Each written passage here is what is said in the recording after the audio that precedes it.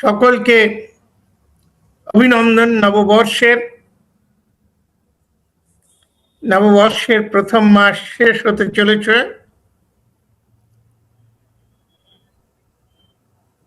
আমাদের আলোচনা শুরু করতে পারি রাজা রামমোহন রায়। রাজা রামমোহন রায় নামটা is a big name. রাজা রামমোহন রায়কে রবীন্দ্রনাথ বলেছেন ভারত পথিক, ভারতবর্ষের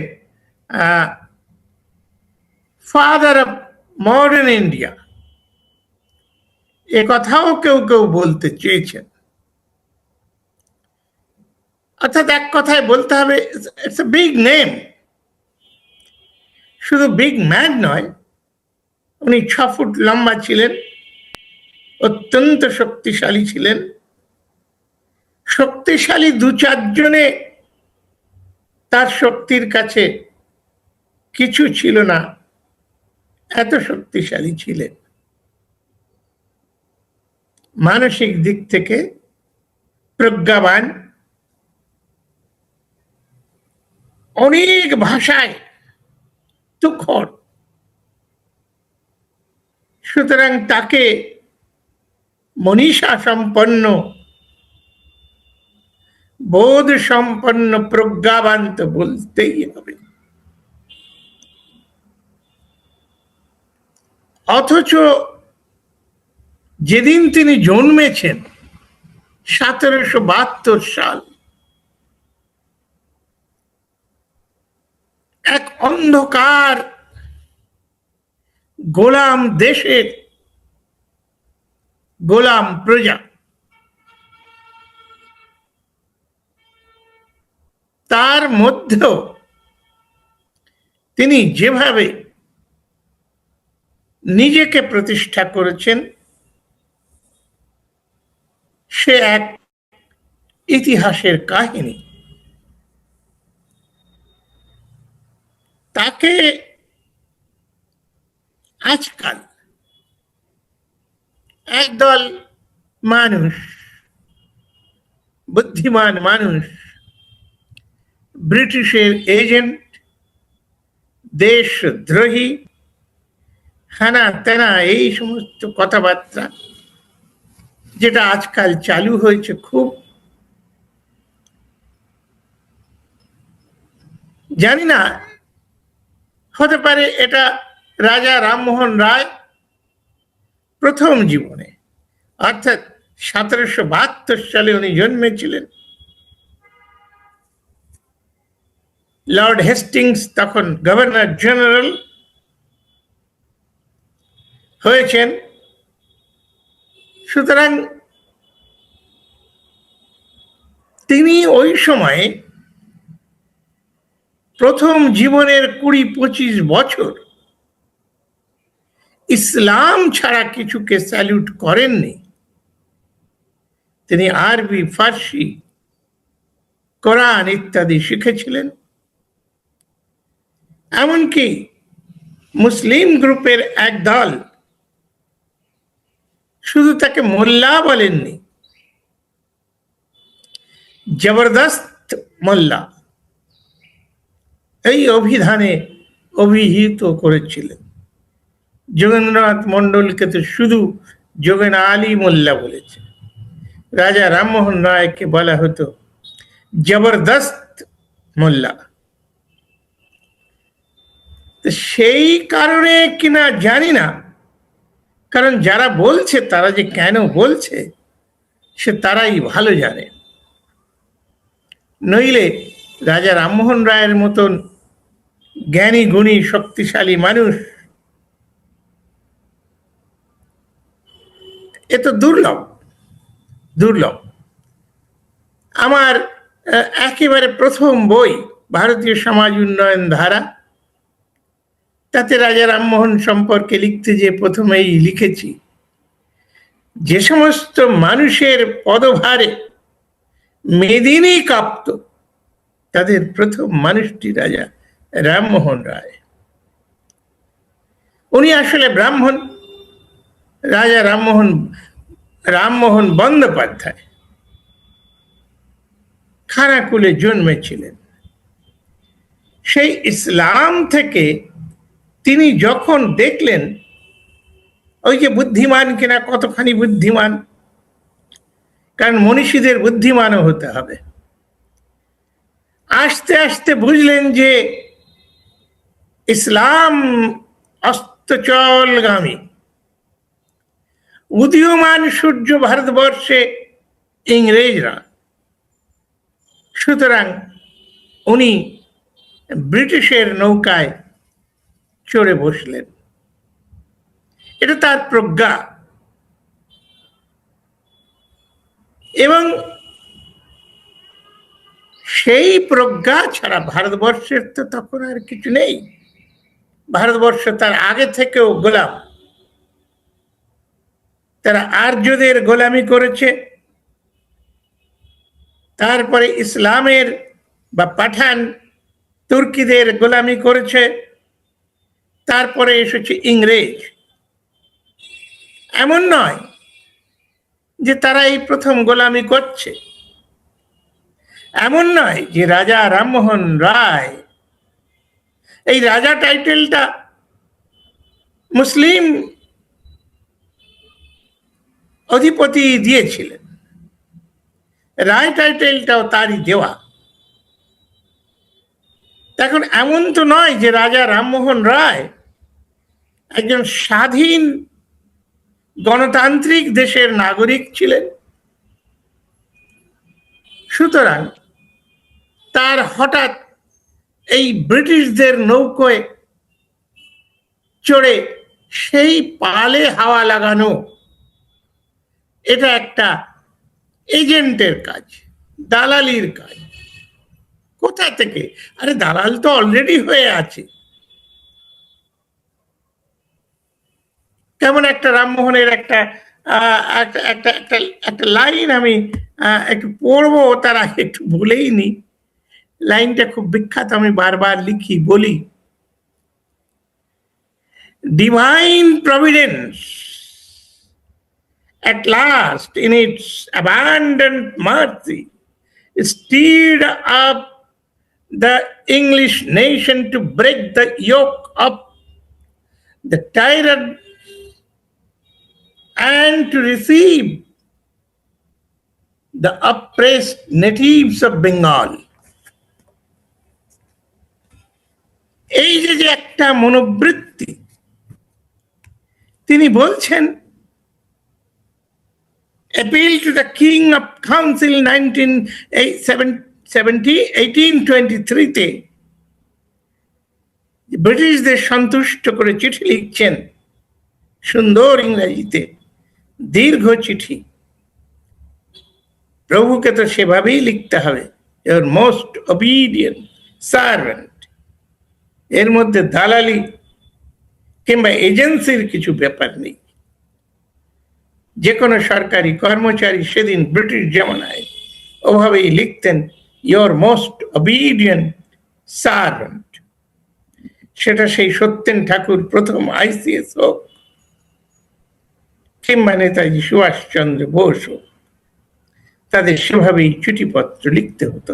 দ্যাট ইজ ম্যানার। এখন তিনি কিরকম অবস্থায় রয়েছেন মানসিকতা, যে মুসলমানদের গোলামি, তাদের টিরানি থেকে বাঁচানোর জন্যে ঈশ্বরের অনন্ত দয়ায় ইংরেজরা ভারতবর্ষে এসেছে। মানে কি অদ্ভুত মনোবৃত্তিতে পরিণত হয়েছে ভারতীয়দের মনোভাব, যে ইংরেজের গোলাম হবার জন্যে,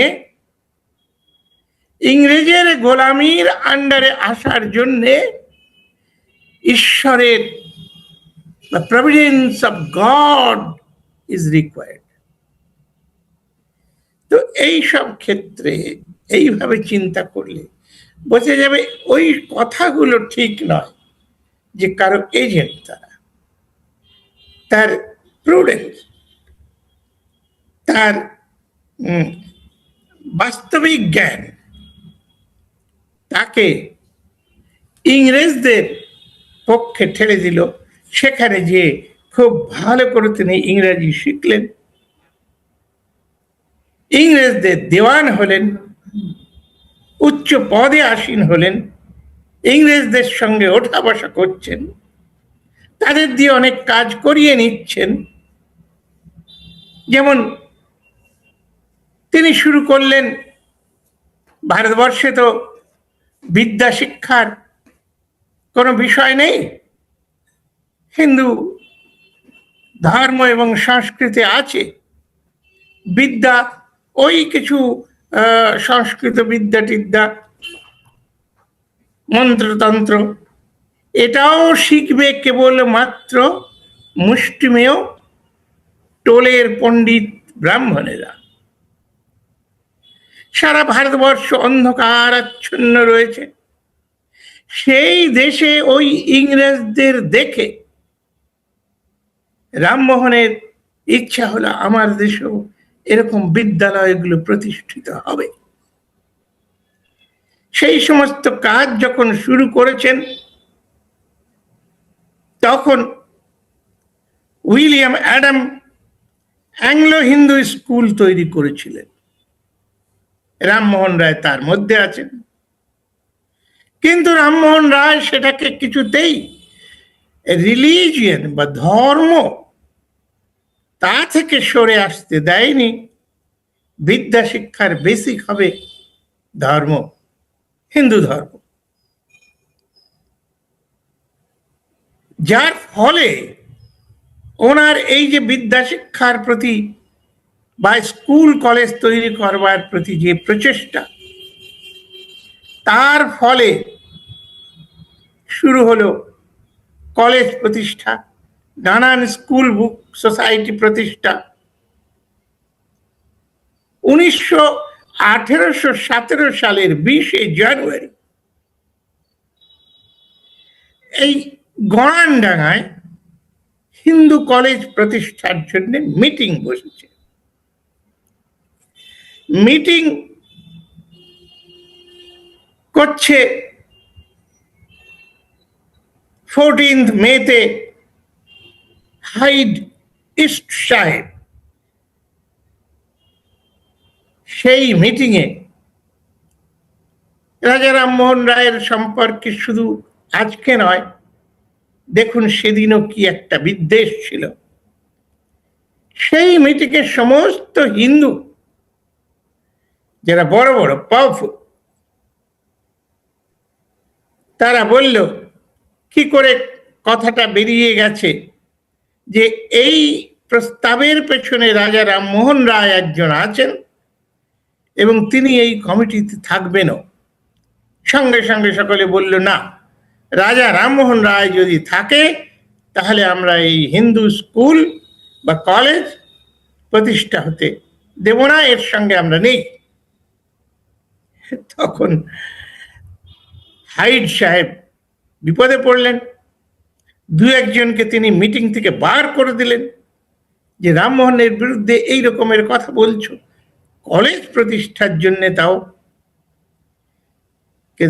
বার করে দিলে তো হবে না। তখন তিনি ডেভিড হেয়ারের সাহায্য নিলেন, কি করা যায়, এই তো অবস্থা। ডেভিড হেয়ার বললেন, আপনার কোনো চিন্তা নেই, ওই রাজা রামমোহন রায় এমন মহান ব্যক্তি যে উনি যদি শুধু জানতে পারেন যে তার উপস্থিতি হলে এই হিন্দু কলেজ প্রতিষ্ঠা হবে না, উনি নিজেই সরে দাঁড়াবেন, ওনাকে এর থেকে বের করে দেবার কোনো দরকার পড়বে না। এবং ঠিক তাই হলো। রাজা রামমোহনের কানে যখন এই কথা গেল, উনি বললেন, আরে না, হিন্দু কলেজ প্রতিষ্ঠা হবে, আমার উপস্থিতিতে জিনিসটা বাধা হয়ে দাঁড়ায়, আমি ওর থেকে অনেক দূরে, তোমরা এগিয়ে নাও। এবং সেই কলেজ প্রতিষ্ঠিত হয়েছিল। এই যে মানুষটি, এই মানুষটিকে বলা হয় ভারতবর্ষে তো কোনো কি বলবো অগ্রগামী মুভমেন্ট বা চেতনাপূর্ণ কাজকর্ম পদক্ষেপ হয়নি। ইউরোপের রেনেসাঁ হয়েছে। ইসলামের শিক্ষা নিয়ে সারা ইউরোপ জেগে উঠেছিল যে আমাদেরও পাল্লা দিয়ে ওর থেকে বেশি এগিয়ে যেতে হবে। ভারতবর্ষে কোনো রেনেসাঁ বলে কিছু হয়নি, কিন্তু এই যে রাজা রামমোহনের যে সময়, এই সময়টাকে বলা হয় রেনেসাঁর যুগ। এবং কোন কোন ক্রিটিক সুন্দর লিখেছেন, আরে এই আন্দোলনের ফলে যাদের উপকার হয়েছিল তারাই ফ্যান্সিফুলি সোহাগ করে এই আন্দোলনকে বলেছে রেনেসাঁ বা নবজাগরণ। প্রকৃতপক্ষে এর মধ্যে কোনো নবজাগরণ টাগরণ ছিল না। এটা ছিল এই আজকে যে হিন্দুত্ব মাথা চাড়া দিয়ে উঠেছে, রাজা রামমোহন রায় এই হিন্দুত্বের প্রথম পুরোহিত। আজকে তাকেই বলবে, কেউ যদি বলে সে দেশদ্রোহী, তিনি ব্রিটিশের দালাল, তাহলে তো হাসির কথা হয়ে দাঁড়ায়। এই রাজা রামমোহন রায় সেদিন পড়ে দেখুক ইতিহাস যে কারো লেখা,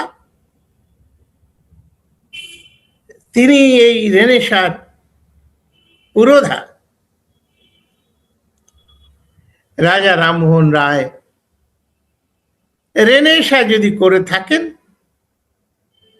তাহলে ওই ব্রাহ্মণদের জন্যই রেনেসাঁ হয়েছে। উনি কখনো একটা পদক্ষেপ, জীবনের কোনো একটা অ্যাকশন ওই কিছু দালাল বর্ণ হিন্দু ছাড়া কারো মঙ্গলের জন্যে, কারো উত্থানের জন্যে কোনো কাজ করেননি। তিনি বলেছেন,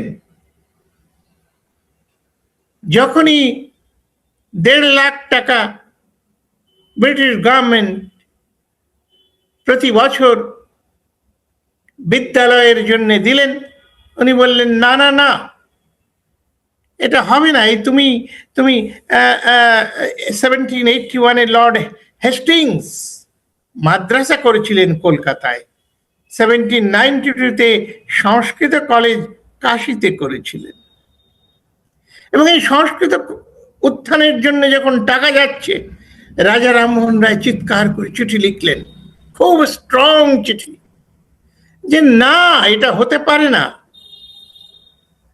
ব্রিটিশরা যদি ভারতীয়দের মঙ্গলের জন্য, উত্থানের জন্য, বিকাশের জন্য কিছু ভেবে থাকে, তাহলে সংস্কৃত নয়, তাহলে ইংলিশ মিডিয়ামে ইউরোপের যে সমস্ত সাবজেক্ট আছে সেই সমস্ত শিক্ষা দিয়ে শিক্ষা ব্যবস্থাকে এগিয়ে নিতে হবে।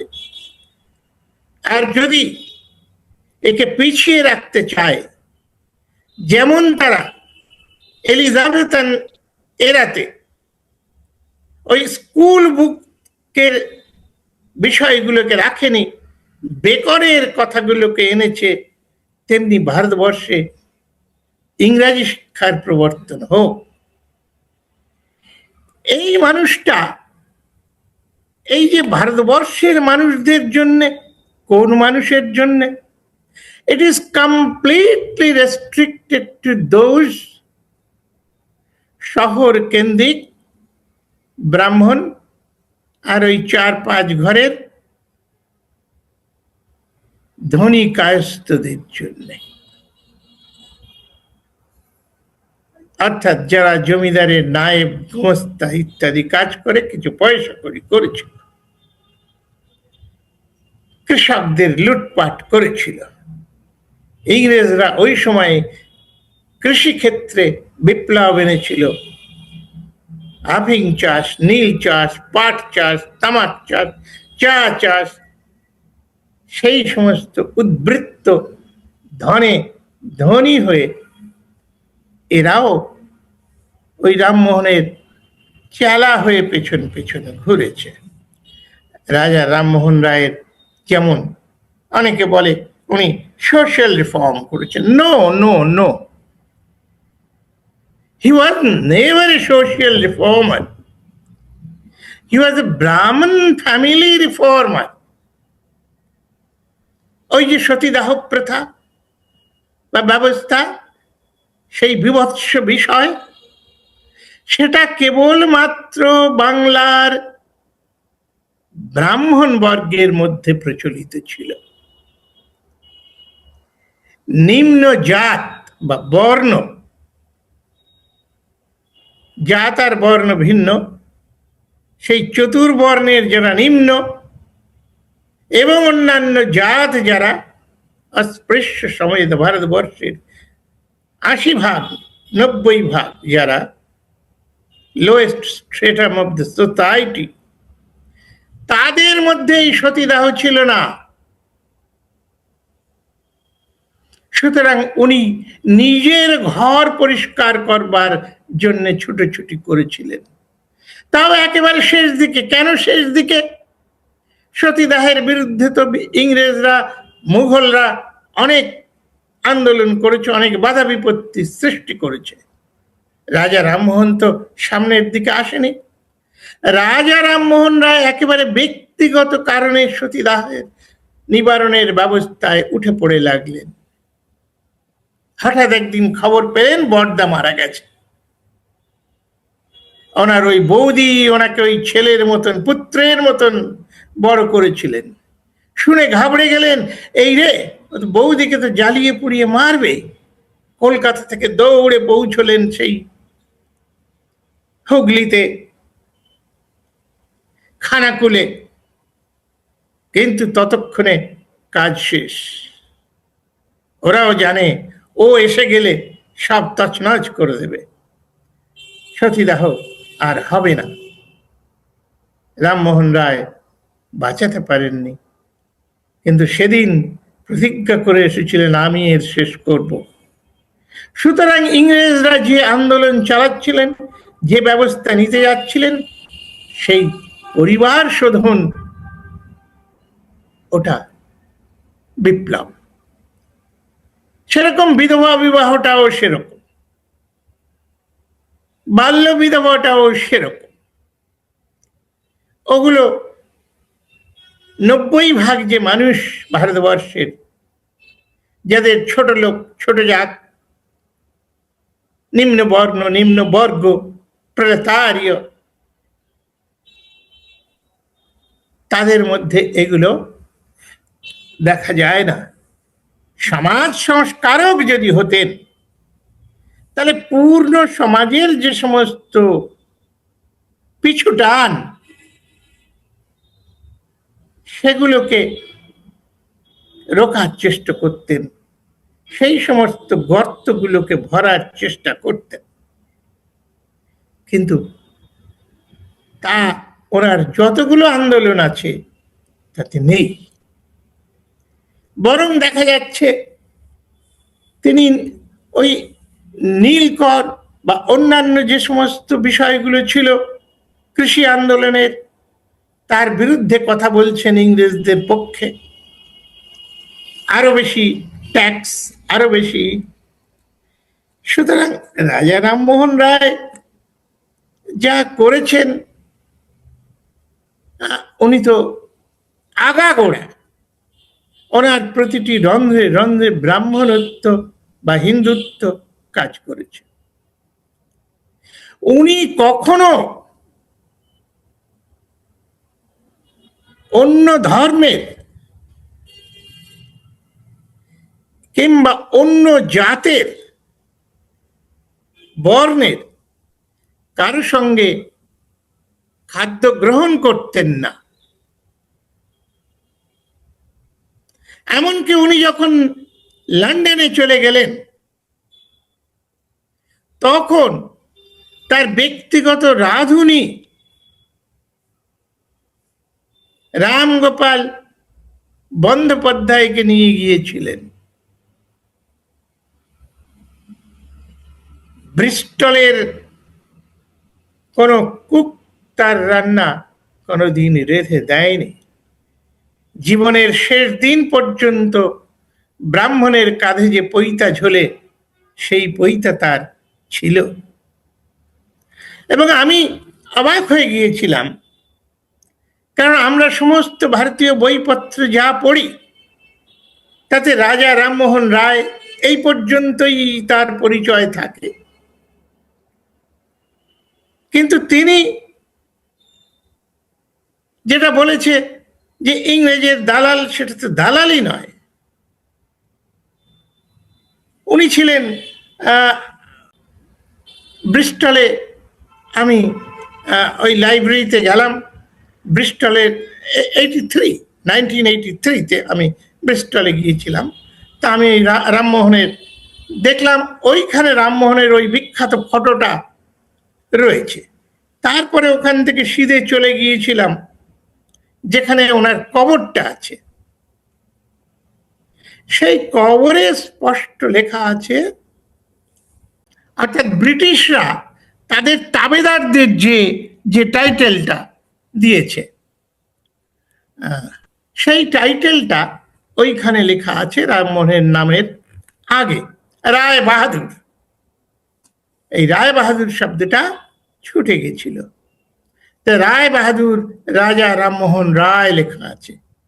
অর্থাৎ আমিও সেদিন চমকে উঠেছিলাম যে তাহলে কি ব্রিটিশের এই দালালি করে গেছেন এমন পরিমাণে যে তাকে তারা রায় বাহাদুর টাইটেলটাও দিয়েছে। আজও সেই ব্রিস্টলের কবরখানায় ওটা লেখা আছে, অন্যরা লেখে না। কিন্তু এই সব কিছুর মাঝে, সব কিছুর ঊর্ধ্বে, ওটা তো কেবলমাত্র রাজা রামমোহন রায়ের আগে নয়, ওই রায় বাহাদুর টাইটেল কত আছে। রবীন্দ্রনাথের ঠাকুর বাড়ির সবার নামের আগে বোধহয় রায় বাহাদুর, খান বাহাদুর এগুলো আছে। এখন রায় বাহাদুর টাইটেল আরো অন্যান্য টাইটেল ব্রিটিশরা দিয়েছে, তাতে সিইও এবং অন্যান্য অনেক। সেই থেকে এটা বলা মুশকিল। তবে এত বড় মানুষটা, তাকে এজেন্ট বলা যাবে না। তিনি তার ব্যক্তিগত প্রয়োজনে, বাস্তবতার খাতিরে জাতিকে এবং নিজেকে উন্নীত করবার উদ্দেশ্যে তিনি এরকম অনেক কিছু কম্প্রোমাইজ করেছেন, তাদের সাহায্য নিয়েছেন। কারো কাছে পেতে হলে তাকে তো কিছু দিতে হয়, কুরবানি ছাড়া তো কেউ কিছু পায়নি কোনোদিন। খুব মহৎ জিনিস, খুব বৃহৎ জিনিস, জাতীয় সম্পদ পাবো ইংরেজের মতন শক্তি বুদ্ধিমানের কাছ থেকে, আর কিছু দেব না, তা তো হয় না। তো রায় বাহাদুর যখন হয়েছিলেন তখন দিতে তাকে হয়েছিল মূল্য। কিন্তু তাতে আমি এই ধরনের শব্দ প্রয়োগটা যুক্তিযুক্ত বলে মনে করি না। খুব মহান ব্যক্তি তিনি ছিলেন তাও নয়, আমি তাকে মোটেই মহান বলিনি। আমার ওই বইয়ে আমি শেষ সেন্টেন্সটুকু পড়ব, তাকে আমি কি বলেছি, তারপরে বোধহয় আমাদের সময়ও শেষ হয়ে এসেছে।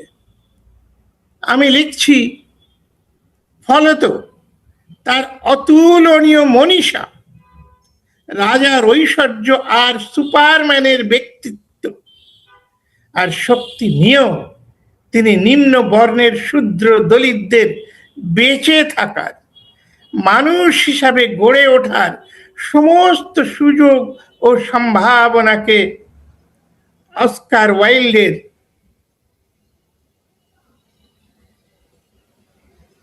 সেলফিশ জায়েন্ট, তার মতন ঘাসের মতন কচি ও শুদ্ধ প্রাণ ভারতীয়দের পদদলিত করে গেছেন।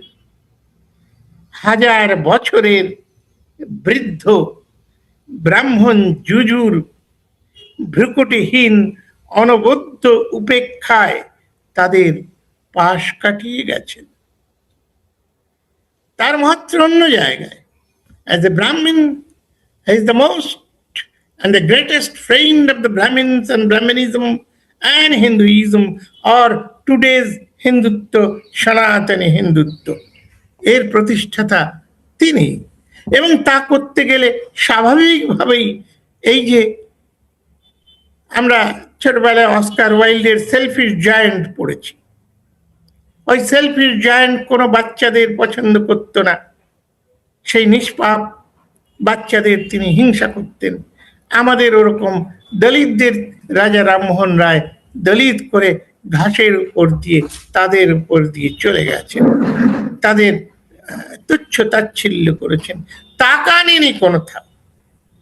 যে কাউকে আমি চ্যালেঞ্জ করে বলতে পারি রাজা রামমোহন রায়ের জীবন দেখো এবং খুঁজে বলো যে এই 10% কিংবা 8% যারা উচ্চ বর্গের উচ্চ বর্ণের, তার বাইরে যারা সেই সমাজের কোনো কলঙ্ক উদ্ধারের চেষ্টা করেছেন, সেই সমাজের কোনো বেড়া ভেঙে ফেলে তাদের এগিয়ে দেবার রাস্তা করে দিয়েছেন, কিংবা তাদের শিক্ষা দীক্ষা তাদের কথা একবার ভেবেছেন, বলেছেন।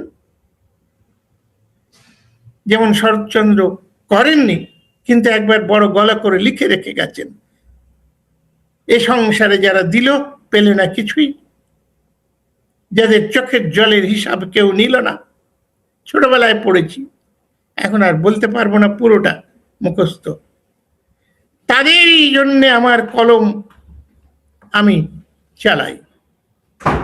এরকম কথাও প্রয়োগ করা যাবে না রাজা রামমোহনের উপরে। তিনি বিরাট ব্যক্তিত্ব, বিপুল ধনী। তার বাড়ি পাশ দিয়ে আমি যখন যাই আজকাল ওই রাজা দীনেন্দ্র স্ট্রিটে, অবাক হয়ে যাই, এত বড় বিশাল বাড়ি। শুধু বাড়ি করতে যার এত বড় হিম্মত, তার কত ধন সম্পত্তি ছিল।